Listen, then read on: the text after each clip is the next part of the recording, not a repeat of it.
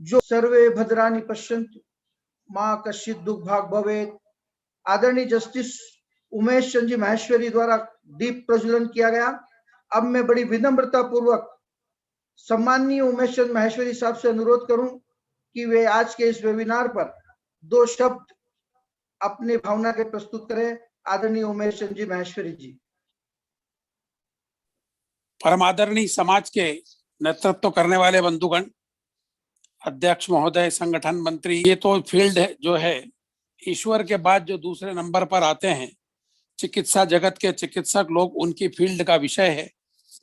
लेकिन माहेश्वरी समाज जो समाज की सेवा विभिन्न क्षेत्रों में करता रहता है और विभिन्न क्षेत्रों के साथ साथ आज स्वास्थ्य जगत के लिए भी सेवा का रास्ता खोलते हुए और हर आदमी के लिए एक उपयोगी सलाह मशवरा और आज उपलब्ध करवाया जा रहा है।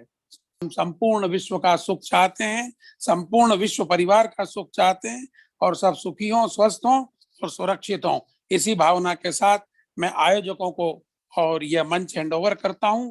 वे संबंधित चिकित्सकों से हम सबको मार्गदर्शन दिलवाकर हमें लाभान्वित करें। बहुत बहुत धन्यवाद। अपनी ओर से बहुत बहुत साधुवाद देता हूं, धन्यवाद ज्ञापित करता हूं आप पंकज अटल टीम माहेश्वरी कोरोना वॉरियर्स की ओर से कि आपने इतने भव्य कार्यक्रम का दीप प्रज्वलन किया। इस कार्यक्रम के पीछे क्या सोच रही, जब से कोरोना की बीमारी आई है तब से पश्चिमी मध्य प्रदेश प्रादेशिक सभा के संगठन मंत्री और ये जो बीमारी है इसमें पूरी दमखम के साथ अपनी टीम के साथ जिनने काम करने का जज्बा और लगाया, और मैं आदरणीय पंकज अटल जी से अनुरोध करूं कि वे आज के इस कार्यक्रम की क्या आवश्यकता पड़ी, क्यों, क्या, किस सोच से उन्होंने कोरोना वॉरियर्स की टीम का गठन किया और पूरे प्रदेश में एक नया आयाम स्थापित किया। पंकज अटल जी अपने इस कार्यक्रम पर अपने विचार रखें। डॉक्टर पंकज अटल जी। सभी को जय श्री कृष्णा। कि कोई एक सोच होती है, उस सोच के कारण ही हम लोग किसी काम को करने की मेहनत करते हैं, जज्बा रखते हैं। और इस कड़ी में मेरे लिए प्रेरणास्पद रहे भाई योगेश जी मुंद्रा, जो डॉक्टर साहब हैं, हमारे पूरा समय पूरा कंसंट्रेशन हम पर दिया और एक अच्छे हॉस्पिटल के चयन में पूरी मदद करी, अच्छे डॉक्टर के चयन में मदद करी, जबकि वो किसी एक आयोजन में, निजी आयोजन में, खुद के आयोजन में बिजी थे। और आगे चल करके जब जनवरी 25 को मुझे ये फीलिंग आई कि जब सब लोग कह रहे थे कोरोना जा रहा है, लेकिन इस नए स्ट्रेन के साथ हमारे यहाँ पर शुरुआत हुई। इंदौर आते हैं तो उन्हें सबसे पहला प्रश्न आता है किस हॉस्पिटल में जाएं। महामारी ने इस तरह से रूप धारण कर लिया कि हॉस्पिटलों में बेड नहीं है, अब बेड ढूंढना है। तो इस सब चीजों के पीछे कहीं ना कहीं एक कहानी थी कि हमें एक टीम की जरूरत है। साथियों ने बहुत प्रेम के साथ, बहुत आदर के साथ इस आग्रह को स्वीकार किया और उन्होंने हमारे इस आग्रह के साथ टीम कोरोना वॉरियर का हम लोगों ने एक निर्माण कर लिया। हमारे प्रदेश भर से आने वाले भाइयों को इंदौर में हॉस्पिटल की व्यवस्था कराने में जो मदद की और जिस तन्मयता के साथ, अब मैं नाम अगर लूं तो काफी सारे हमारे साथी भाई हैं। जब भी आधी रात को हम लोग अगर देखते हैं हॉस्पिटल के लिए, कोई आदमी मुझे फोन करता है, भैया हम निकल गए।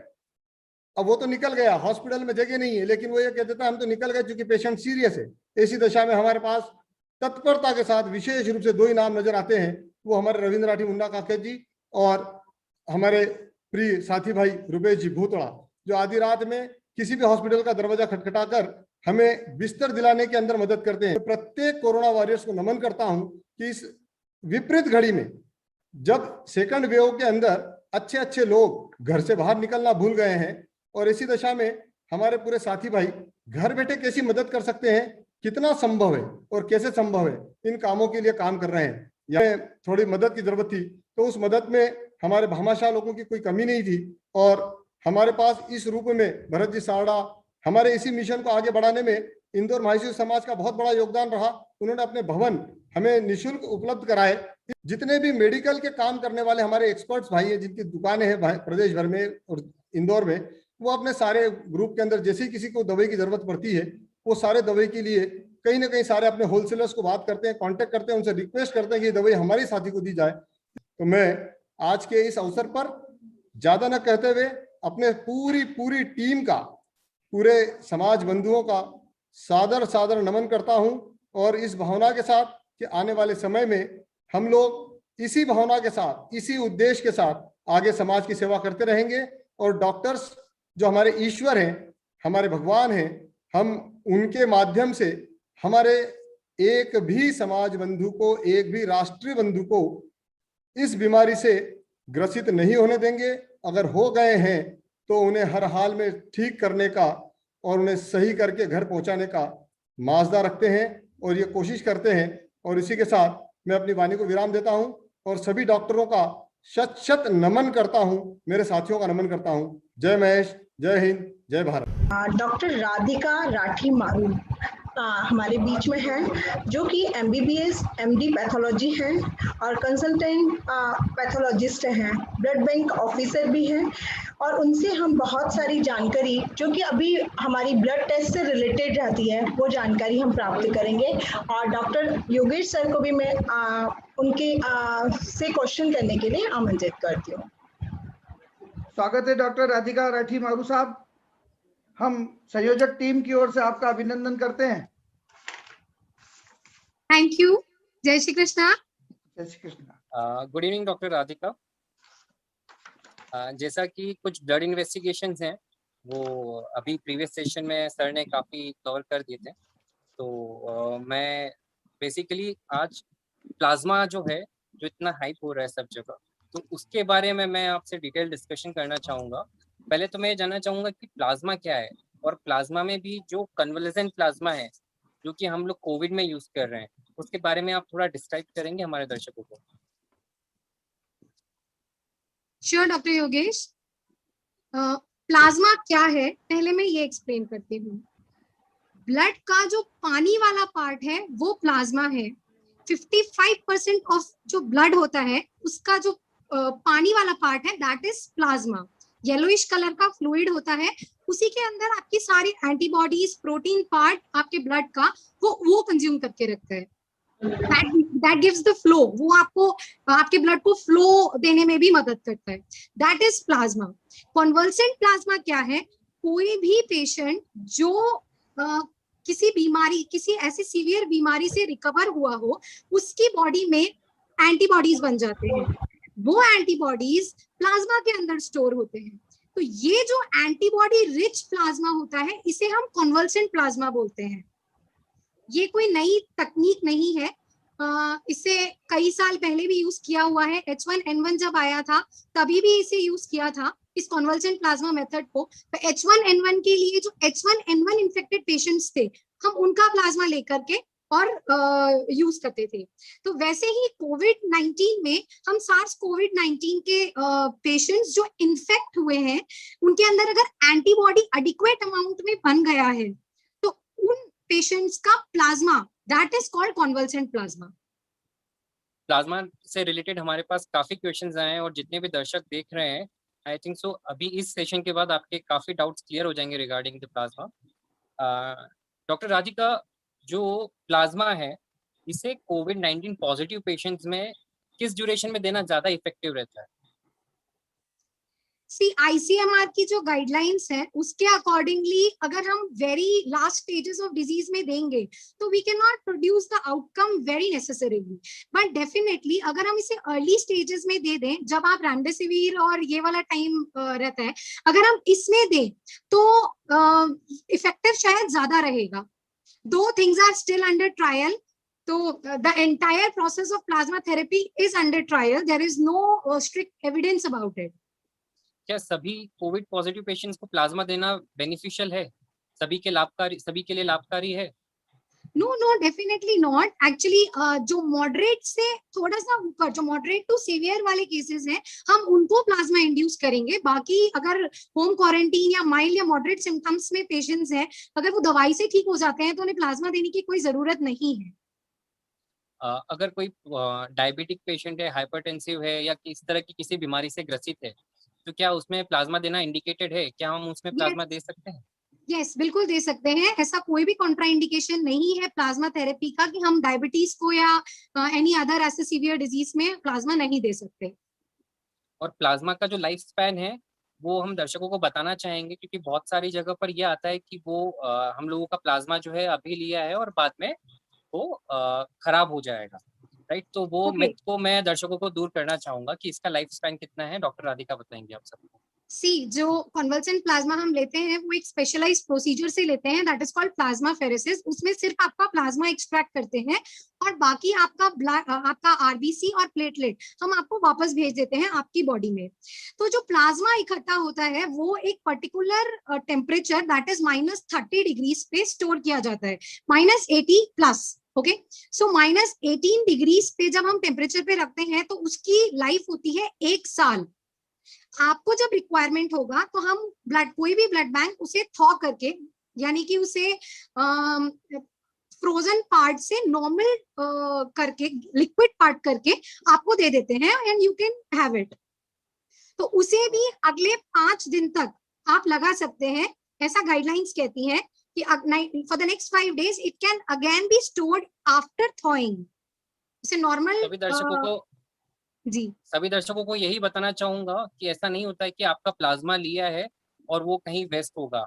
उसकी लाइफ स्पैन जो होती है अबाउट 1 year होती है, उसे हम स्टोर करते हैं और जरूरत पड़ने पे सभी मरीजों को रिक्वायर होती है तो उसके अकॉर्डिंग लगाते हैं।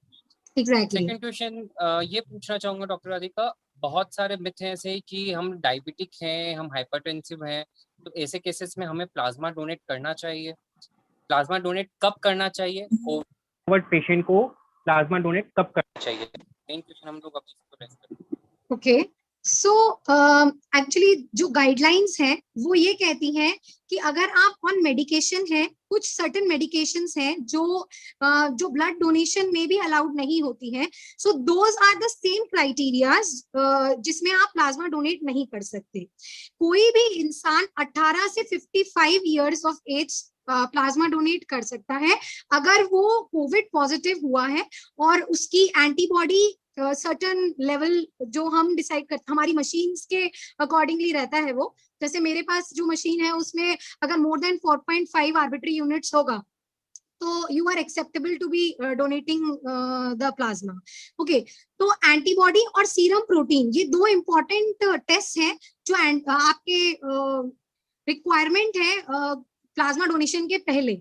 ओके, जो एक चीज नहीं कर सकते प्लाज्मा डोनेट वो है वो फीमेल्स जिन्होंने कभी भी कंसीव किया है, अबॉर्ट किया है या बच्चे हो जिनके, वो फीमेल्स नहीं दे सकती हैं प्लाज्मा। नलीपेरस बोलते हैं जिन्हें, राइट, उसको बोलते हैं नलीपेरस विमेन। वो औरतें जिन्होंने कभी भी बच्चा कंसीव नहीं किया है वो एलिजिबल हैं प्लाज्मा डोनेशन के लिए। जो पेशेंट डायबिटिक हैं, इंसुलिन पे हैं, क्या वो प्लाज्मा डोनेट कर सकते हैं? नो। और जो पेशेंट OHA जो ओरल हाइपोग्लाइसेमिक एजेंट जो दवाइयां टैबलेट फॉर्म, कैप्सूल फॉर्म में है, वो प्लाज्मा डोनेट कर सकते हैं? हाँ, वो कर सकते हैं।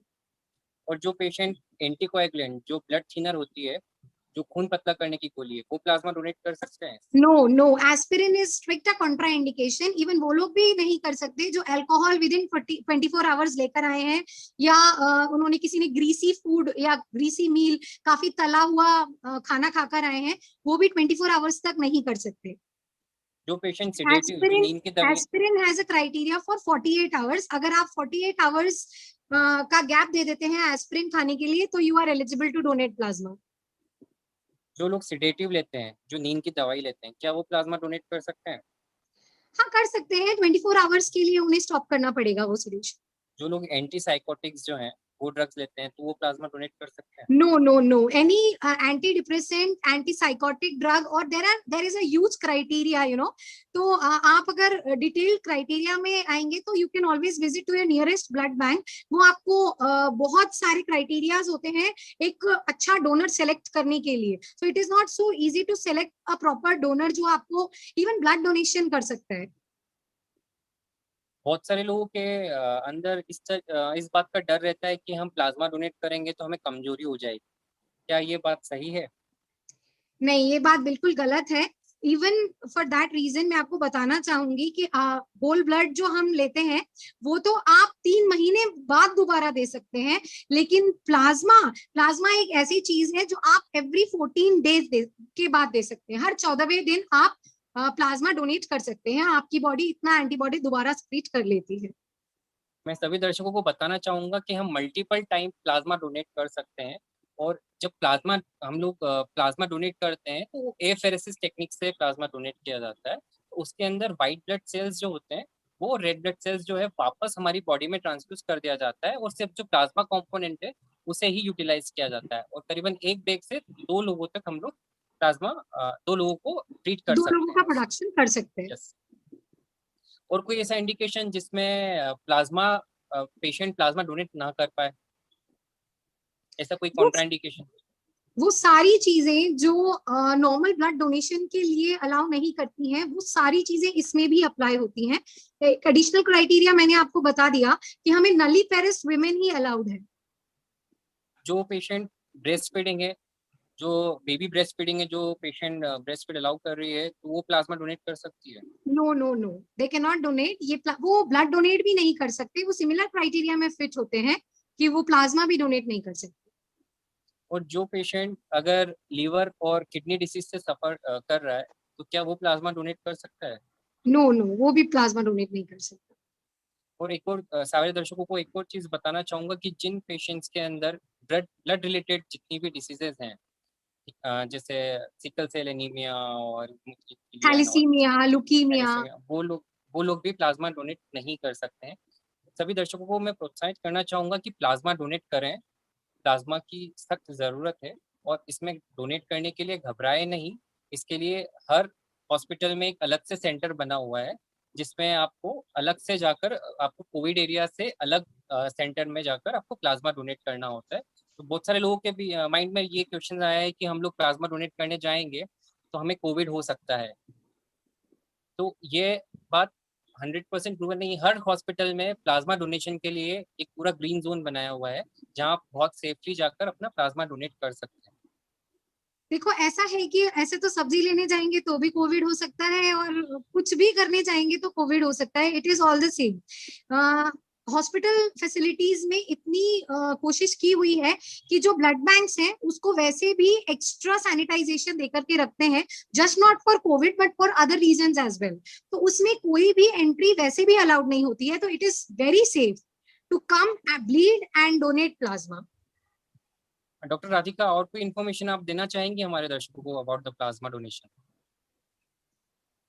शहर में स्कैरसिटी है, मुझे बहुत अच्छा लगेगा अगर आप Indian red cross society blood bank Indore छावनी में आकर के डोनेट करेंगे। वी हैव किट्स अवेलेबल, हमारे पास फैसिलिटीज हैं, और ये क्योंकि एक हॉस्पिटल नहीं डायग्नोस्टिक सेंटर है, तो आप फ्रीली आकर के बिना किसी टेंशन के आकर के डोनेट कर सकते हैं। ले जाइए आप, इवन फॉर दैट रीजन आप प्लाज्मा कहीं बाहर शहर में भी ले जा सकते हैं।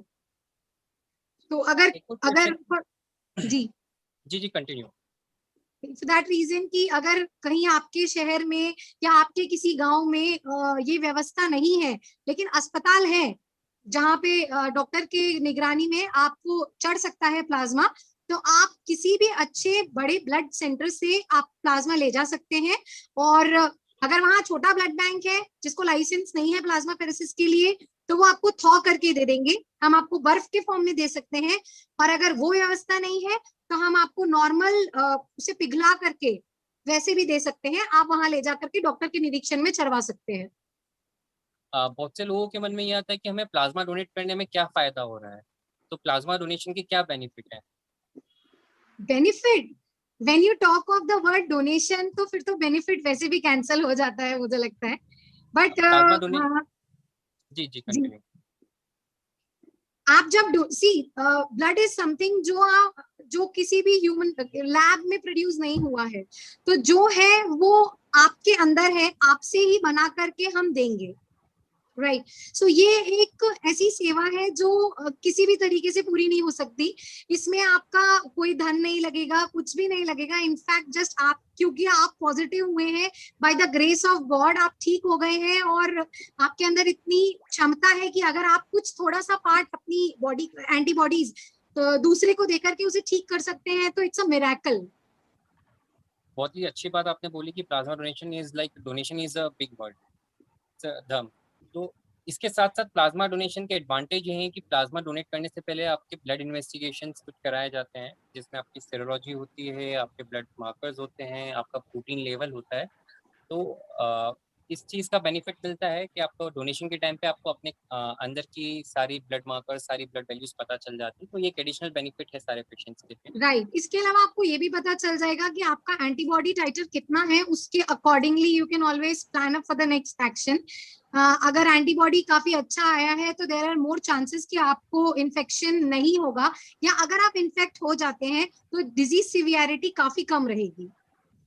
एक क्वेश्चन ये आया है कि कोविड पॉजिटिव हो गए हैं, उनके अंदर एंटीबॉडीज डेवलप हो गई है, तो वापस क्या चांसेस रहता है कि वो अगेन कोविड पॉजिटिव हो, और वो एंटीबॉडीज कितने टाइम तक वर्क करेगी? सी एंटीबॉडीज जो है हमारी बॉडी में 5 महीने से लेकर के 1 साल तक रह सकती है। अब वो patient person to person vary करता है, कुछ लोगों की 5 महीने में ही खत्म हो जाती हैं, तो वो दोबारा इन्फेक्ट हो सकता है, जो कि हॉस्पिटल में काफी सारे केसेस ऐसे भी आए हैं कि जब वो पॉजिटिव हुए थे तो उनका टाइटर काफी अच्छा आया and now again they have infected. तो मैं सारे दर्शकों को ये बोलना चाहूंगा कि ये मत समझिए कि आप पॉजिटिव हो गए तो आपको दोबारा कोरोना नहीं हो सकता। You are more prone for this, वापस आपको दोबारा कोरोना हो सकता है, तो आप मास्क पहने रहिए। इसी के साथ doctor Radhika, thank you so much for informative session. Doctor, ये तो मित्रों ये थी डॉक्टर राधिका राठी जी जो हमारे बीच में हमारे दर्शकों का जो मार्गदर्शन कर रही थी। हम सभी ने जाना कि प्लाज्मा के बारे में महत्वपूर्ण जानकारी, और ये भी जाना है कि प्लाज्मा किन्हें डोनेट करना चाहिए और किन्हें नहीं। तो आइए हम एक संकल्प लें कि जो भी कोविड पॉजिटिव है और जो ठीक हो गए हैं वो अपना प्लाज्मा जरूर डोनेट करें। यह हमें सभी लोगों को अपनों के लिए जरूर डोनेट करना चाहिए, क्योंकि हो सकता है कि हमारा प्लाज्मा किसी अपनों के लिए काम आ जाए। तो मैं आप सभी से, जितने भी यहाँ मेंबर्स बैठे हुए हैं और जो भी यूट्यूब और फेसबुक के माध्यम से देख रहे हैं, उन सभी से अनुरोध करती हूँ कि प्लाज्मा जरूर डोनेट करें जो भी पॉजिटिव रहे हैं कोविड से पॉजिटिव। तो राधिका जी का बहुत बहुत धन्यवाद जिन्होंने हमें बहुत अच्छी जानकारी दी है। पर राधिका जी से मुझे एक और बात पूछनी है कि क्या जो टैटूज बनवाते हैं तो वो मेंबर्स भी प्लाज्मा डोनेट कर सकते हैं क्या? गुड क्वेश्चन अर्चना जी। डॉक्टर राधिका जी, टैटूज का एक क्राइटेरिया होता है, टैटूज का एक क्राइटेरिया होता है मैम। अगर आपने टैटू रिसेंटली बनवाया है तो अगले 6 महीने तक you are not allowed to donate even blood. Okay, कहीं कहीं सुनने में आया है कि जिन्होंने टैटूज बनवा रखे हैं वो लोग प्लाज्मा डोनेट नहीं कर सकते, इसीलिए मैंने ये क्वेश्चन किया है। जी जी जी, okay, thank you very much. बहुत इंफॉर्मेटिव मतलब आपने नॉलेज दिया है, क्योंकि प्लाज्मा के लिए अभी सभी लोगों के मन में बहुत सारी क्वेरीज हैं। शांत हो गई होगी कि उन्हें अब प्रेरणा भी मिली है आपसे सुनकर कि हमें प्लाज्मा डोनेट करना चाहिए। तो सभी इस कार्य के लिए जरूर अपना योगदान देंगे।